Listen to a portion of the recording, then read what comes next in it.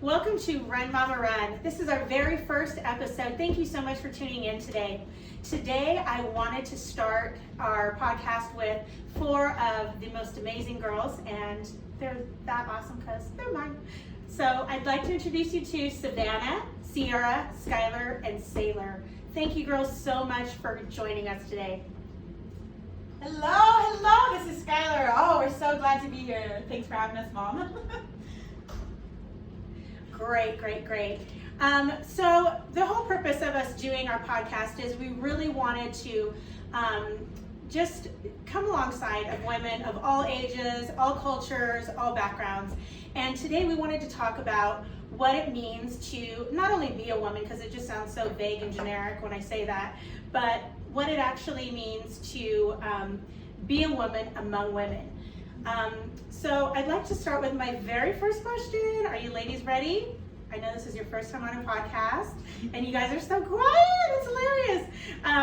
So I want to ask each of you, when you were a little girl, what did you want to be when you grew up? Let's go first. Well, growing up, I wanted to be a secret agent / singer / missionary. So it was a little confusing, I'm not gonna lie, but that is what I wanted to be. And Sailor in all of them. That's it. I have accomplished all my dreams. All right, Sky, you want to go next? Yeah. How young are we talking? Right? Just kidding. I know she's gonna talk about it. I think I wanted to be a fashion designer first. Like that was like, I think the first real job that I wanted was to be like a fashion designer. Like that was like I don't know. Do you guys agree? Do you guys think that was like the first real job that I wanted? Yeah, I'd say, yeah. Yeah, just a fashion designer, and then, you know, of course, the older you get, the more it changes, but I think I kind of stuck for a while wanting to be a fashion designer. I think it went from 8 to like 13, you wanted to be like a fashion designer. Yeah, and I think your desire to be a fashion designer, because I do remember you designing clothes, and you used to show me the designs, and you were like, Mommy, so I want to make this outfit, and I want to sell it, and I want to give all the money to children in Africa so they can have food and water. Oh, I remember that. Do you girls remember that? I love it. What about you, Savhanna? I think growing up, I think first it was a veterinarian, and then I realized I wouldn't be able to help people in a capacity, so I changed to doctor, and then it was missionary, and then a midwife, which I think I'll eventually go into later.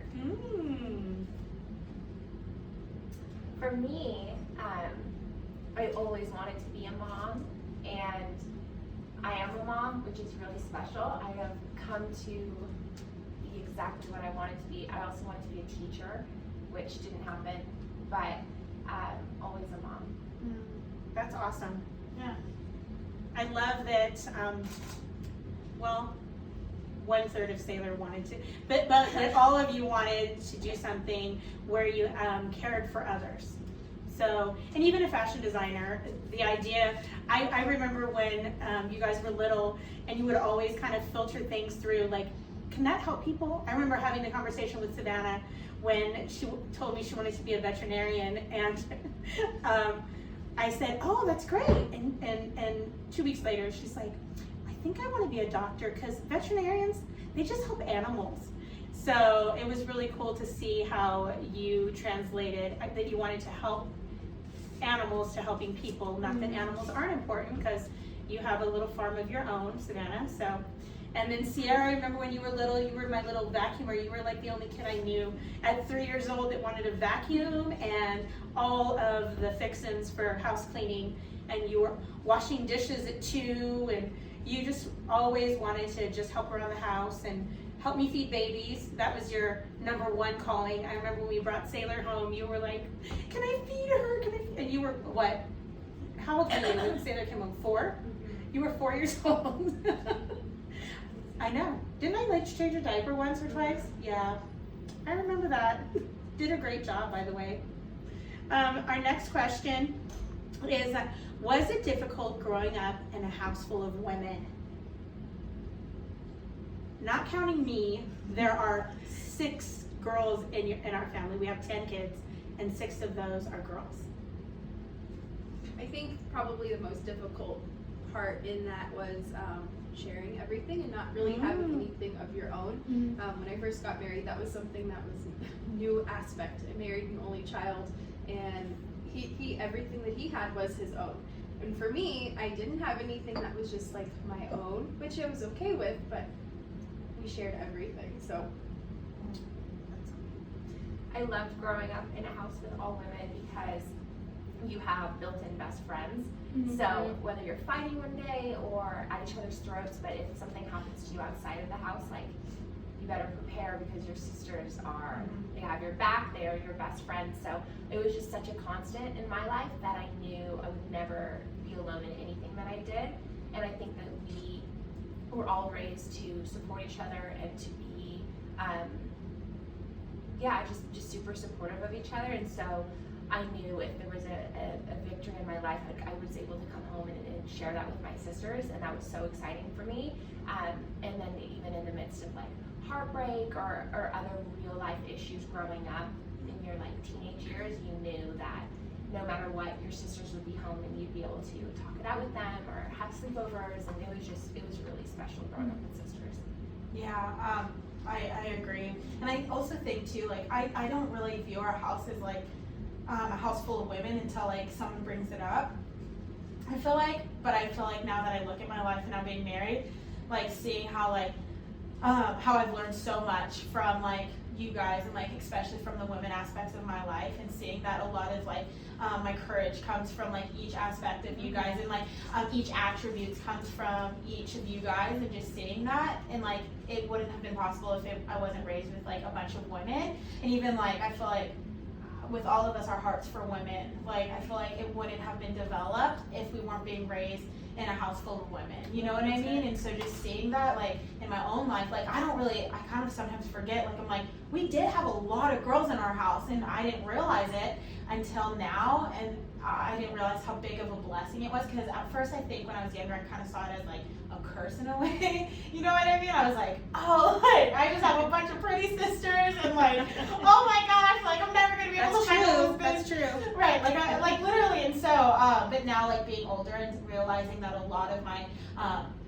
not even attributes, but a lot of things that the Lord has developed in me has been because I've been raised with women, and even the way I can talk to women, it's like, oh, I've been raised with sisters, you know what I mean? Oh, I've been raised with an amazing mom, and so just seeing that, and so, yeah. That's good, that's good. And you know, with that, would you guys agree that sisters, because the old adage is you guys can be the best of friends and the worst of enemies. Would you guys agree with that?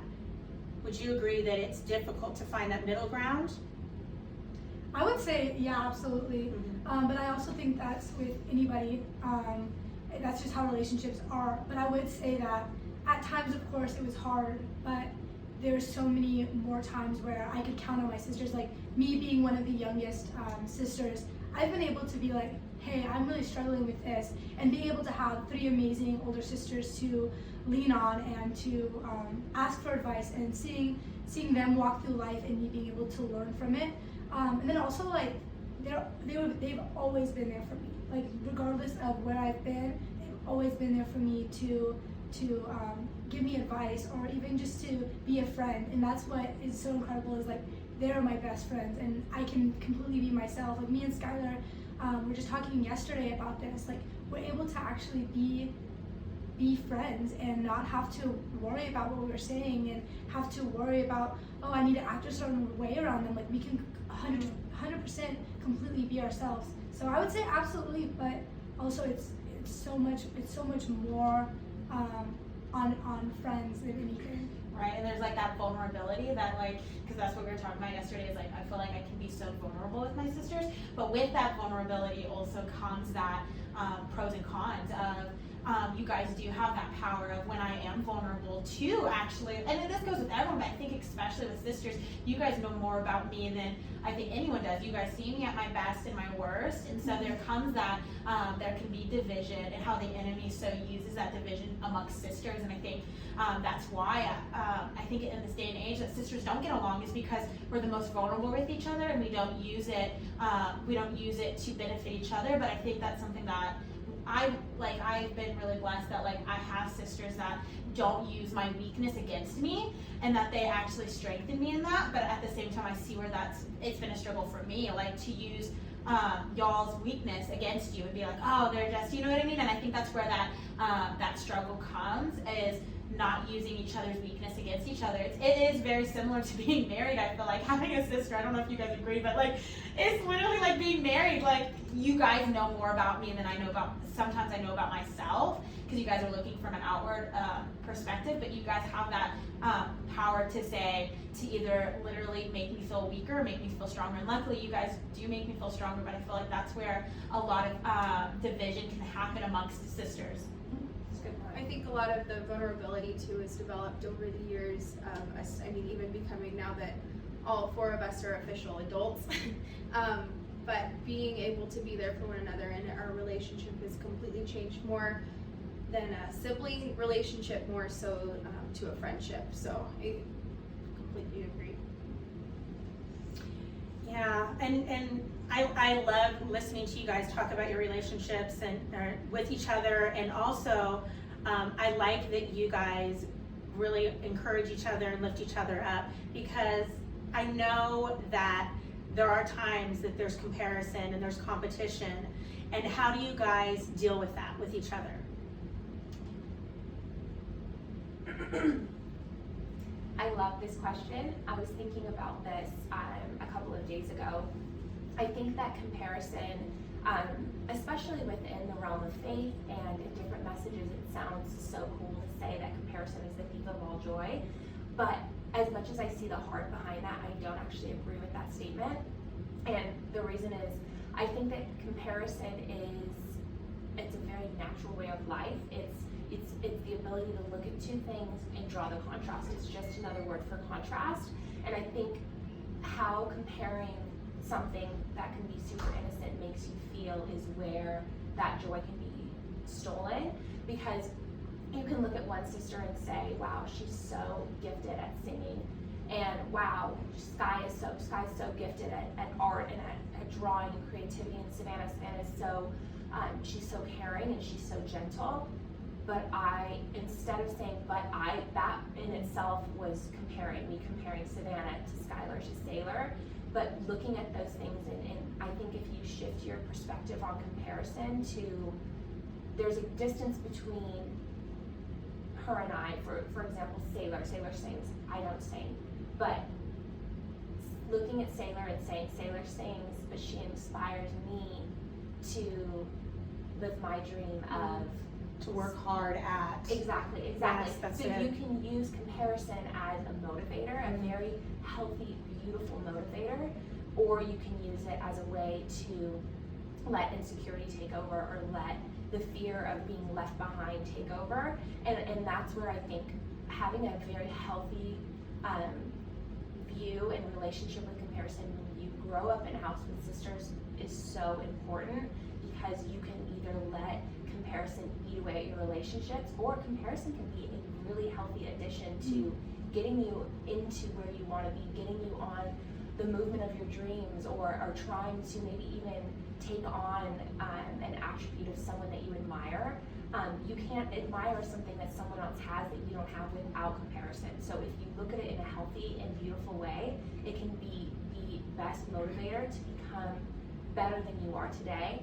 Another thing is, if you were using comparison to draw a contrast between you and someone who you think is at a lower level than you, that's where comparison is so dangerous. If you're using it to feel better about yourself instead of motivate yourself to become better. Does that make sense?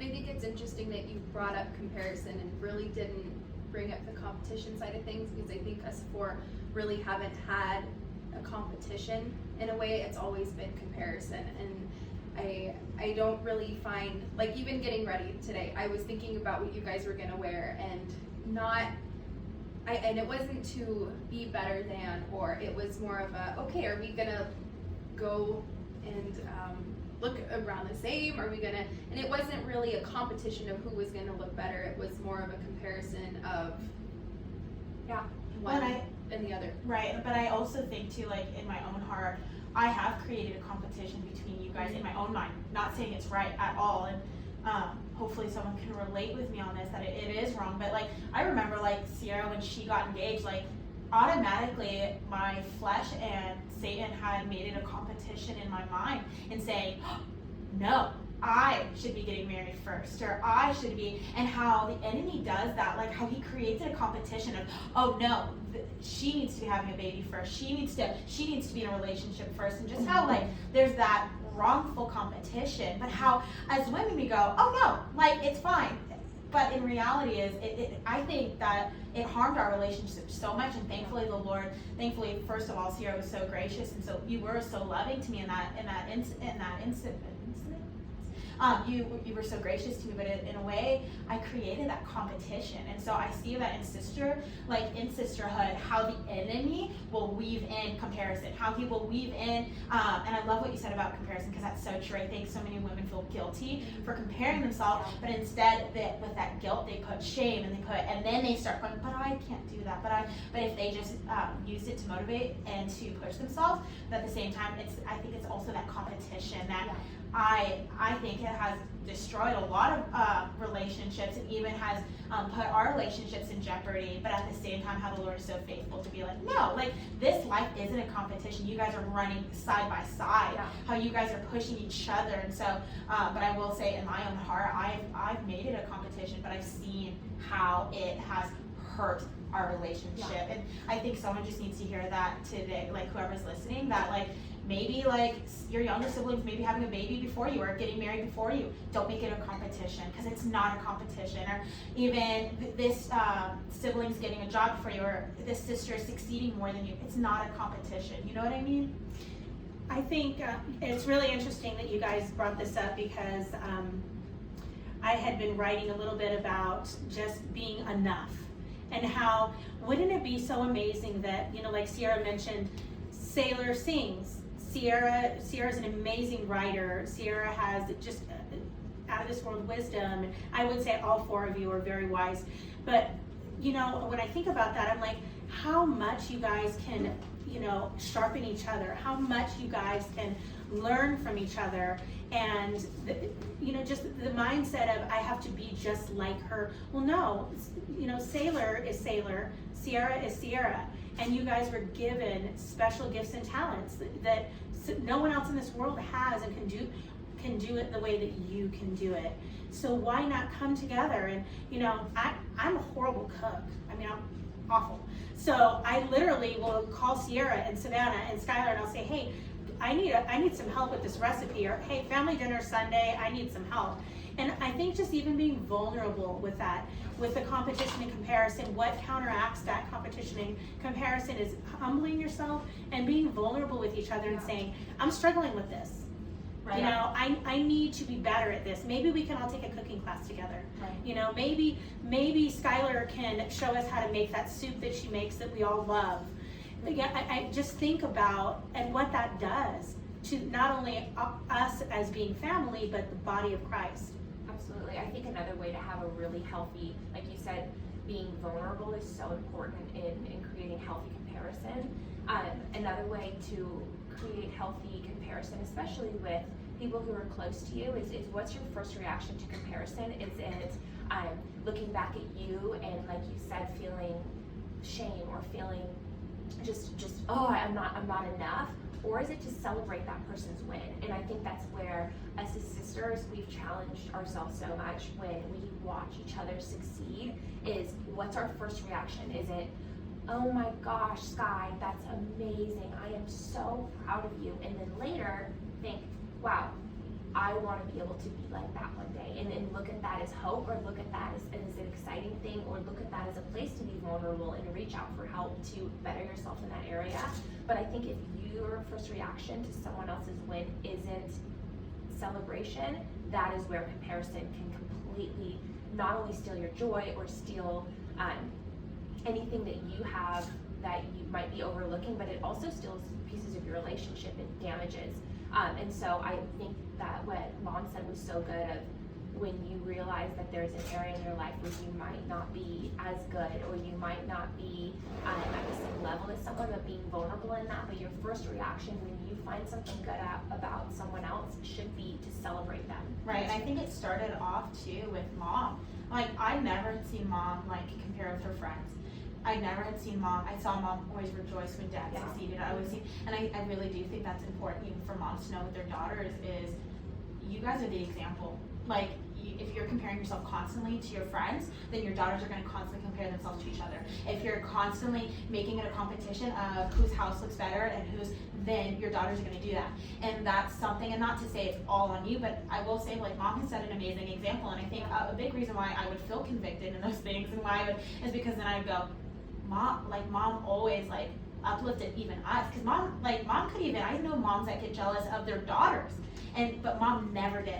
Mom was always so supportive of us and our goals and our dreams, and she never compared with us, or never, like, she never even compared us and like, oh, well, Sierra does this, why aren't you doing this? Like, she never even pinned us up against each other. So I think that helped also with that competition side of, she was a peacemaker, and so, yeah.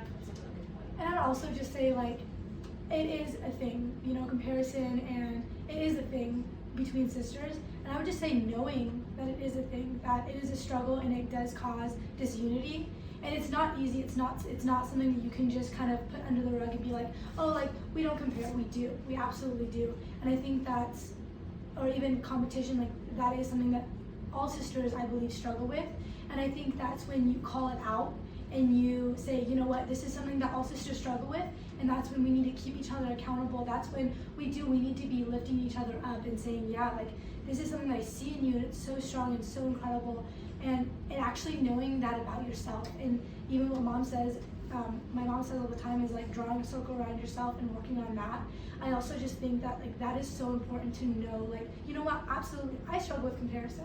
Absolutely, I struggle with competition, but knowing that's something that I struggle with, and knowing that, you know what, in the people even that I feel it with, I can go up to them and be like, hey, I'm really struggling with this, like, can you please help me out? Like, what do you think I should do? How do you think I should? And going to the Lord about it too. Going to God and being like, Lord, like, I need your strength to not think about myself all the time, not think about how I can be better or how I can get to those goals, but actually be like, okay, how can I help and stand behind my sisters, and how can I help and stand behind these people that are wanting to succeed in this thing, you know? So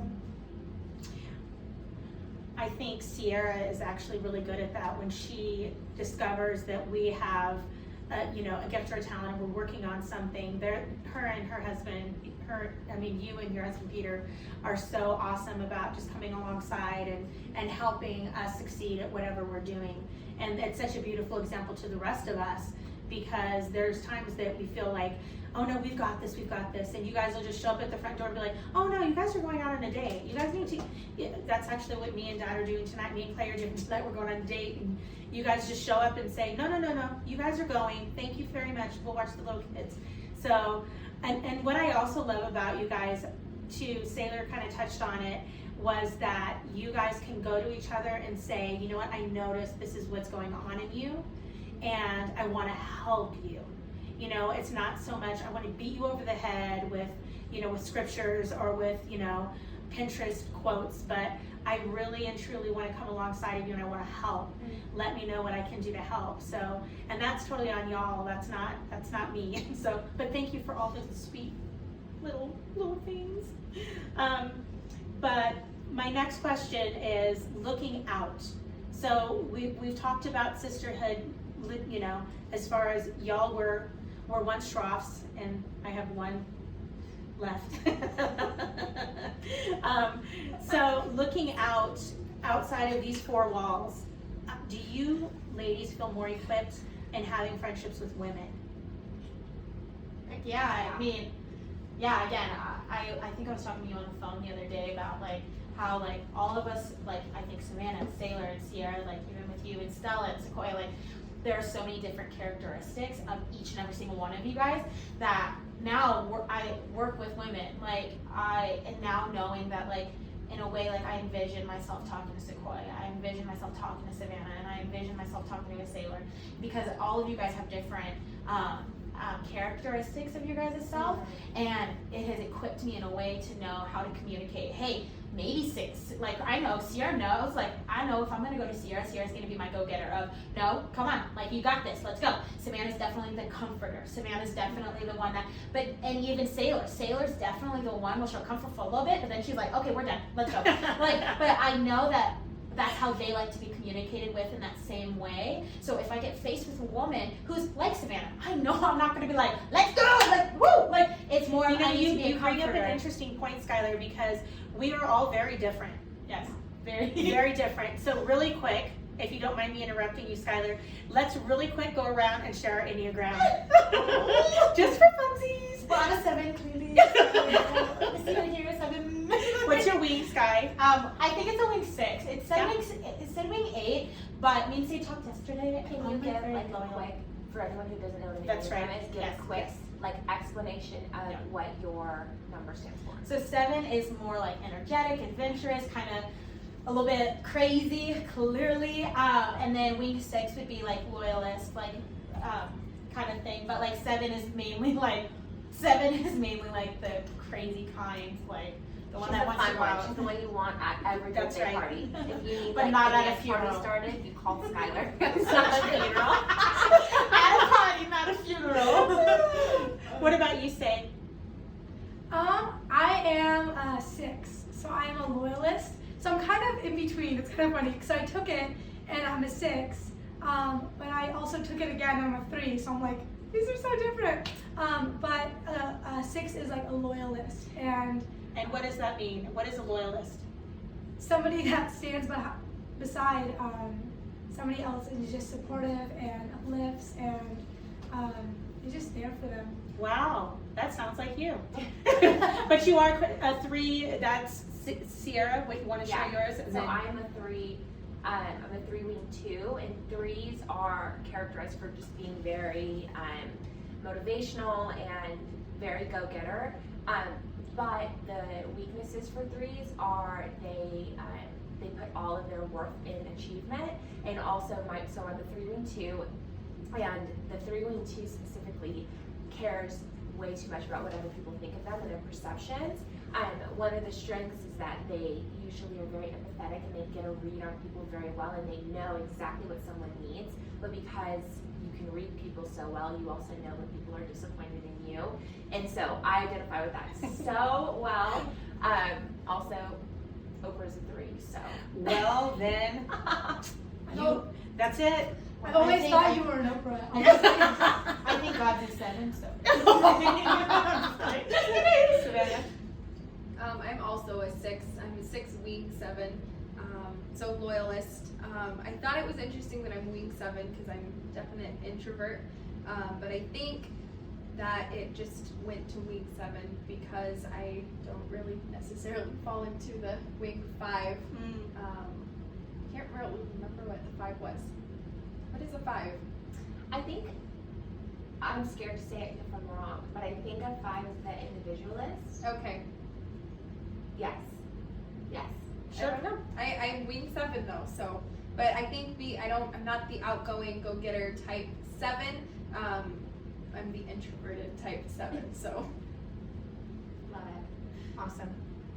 And I'm every time I take it, I get something different.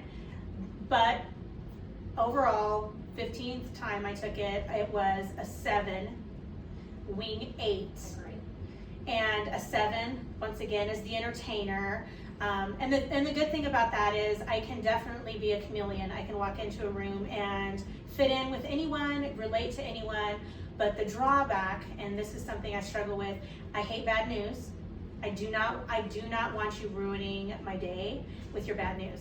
So it's awful. And now what's really interesting is that my wing is 8, which is the advocate, which I'm very justice-minded.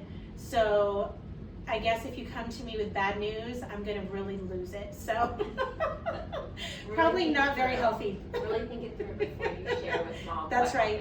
happened. That's right. That's right. That's really true.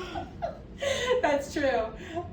So, hey, and I interrupted you, Skylar, on you guys feeling more equipped and having friendships with women. So I wanted to go back to that. So you think definitely yes, because you're able to get a good read on people and... Yes, but it can also be a con, whereas Okay. I put people up to the expectations of my sisters, where as they can rely on me, because I got it. I got my sisters that I can read their character, I can, I'm more equipped in that area, but at the same time, I feel like there's a lot of cons to that, whereas I expect people to treat me like my sisters would in a way, and like not that friends do, like, but I will say, like, I do put my friends to the expectations of my sisters.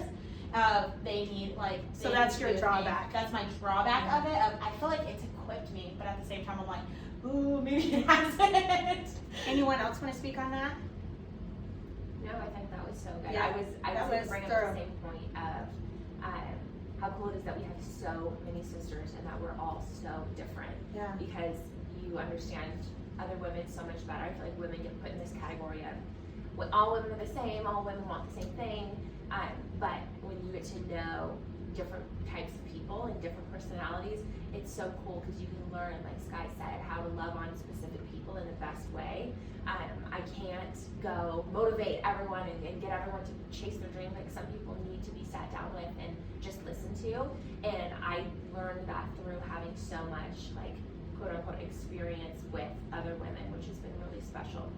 And I think going off of what Sierra said, it has helped because if we're struggling with a relationship with another woman in any other capacity, we may go to one another and just talk kind of through a circumstance and may hear a different point of view than what we may be thinking. I think one thing about the Enneagram, it's helped us understand other people's point of view a little bit more, and having sisters and a mom who have a different Enneagram type than we do, we're able to understand their point of view a little bit more and their heart behind it as well.